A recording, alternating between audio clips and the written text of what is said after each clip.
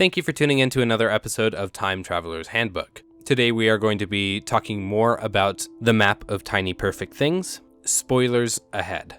One of the main points of the film is that Mark is interested in the concept of tiny perfect things, or little moments that are perfect that just happen and you lose them forever.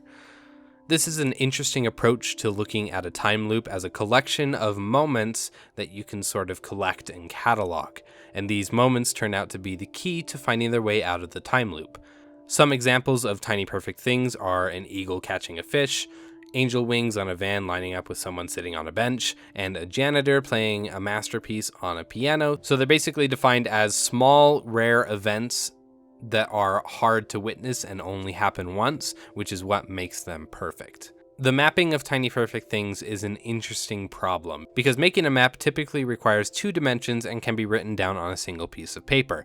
But then you run into the problem of multiple perfect things happening in a day in the same spot, and then it's basically impossible to map them on the same chart without some sort of an overlap.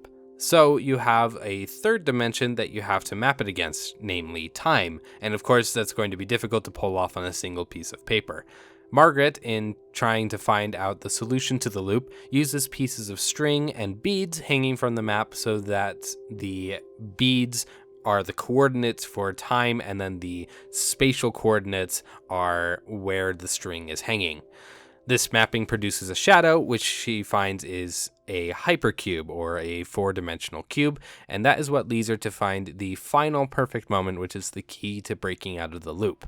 I like this concept quite a lot. First, we have the element of determinism in that every event that happens in a day, if not interfered with, will always happen in the same way every single day. So you can see that these tiny perfect moments always happen. And that's another thing that's been kind of a trope throughout a lot of time loop films, in that they see all of these little events happening every single day, but they never really go into looking for these things. They're more focused on making sure that those things don't affect them too much and that they can get through the day normally. I like the focus on the tiny perfect things and the idea that there are a finite number of those things. Adding on to that idea, we have the idea that the universe operates in such a way that these moments define the universe and that it wants to be perfectly aligned all the time. The mathematical beauty of all the tiny perfect things lining up in the end to form the hypercube is what fascinates me and gives shape to this loop where it might otherwise be undefined. Let's take this a step further, because I do wonder about the limit of the number of perfect things that can happen in a day. We see a lot of local events, but let's assume that the loop is just centralized around Mark and Margaret, and it's really just aligned off of their sleep schedules. If they got in a plane and flew the farthest they could while still having time in the day to look around wherever they landed, could they find more perfect things wherever they landed? How far does this extend? Are there simply localized events and the orientation of tiny perfect things turns into some sort of 4-dimensional object every time? I'm inclined to believe that in this universe, that is how it is, and that it's impossible to know such a thing unless you're in a time loop. The range of 4-dimensional objects is not limited to hypercubes, so it's entirely possible that all of the tiny perfect things in the world line up perfectly and create localized 4-dimensional objects.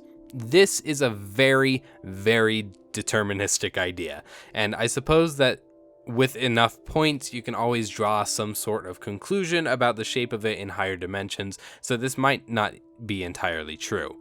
The idea that everything that happens is predetermined to happen in specific locations and at specific times for the forming of objects in higher dimensions is super interesting to me.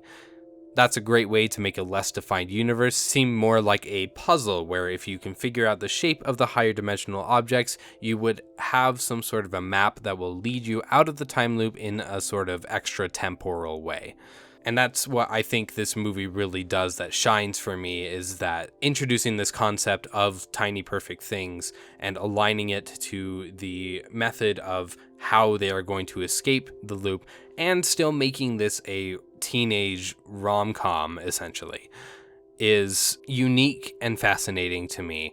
in that regard. And that's probably my favorite part about this movie, is the use of these tiny perfect things.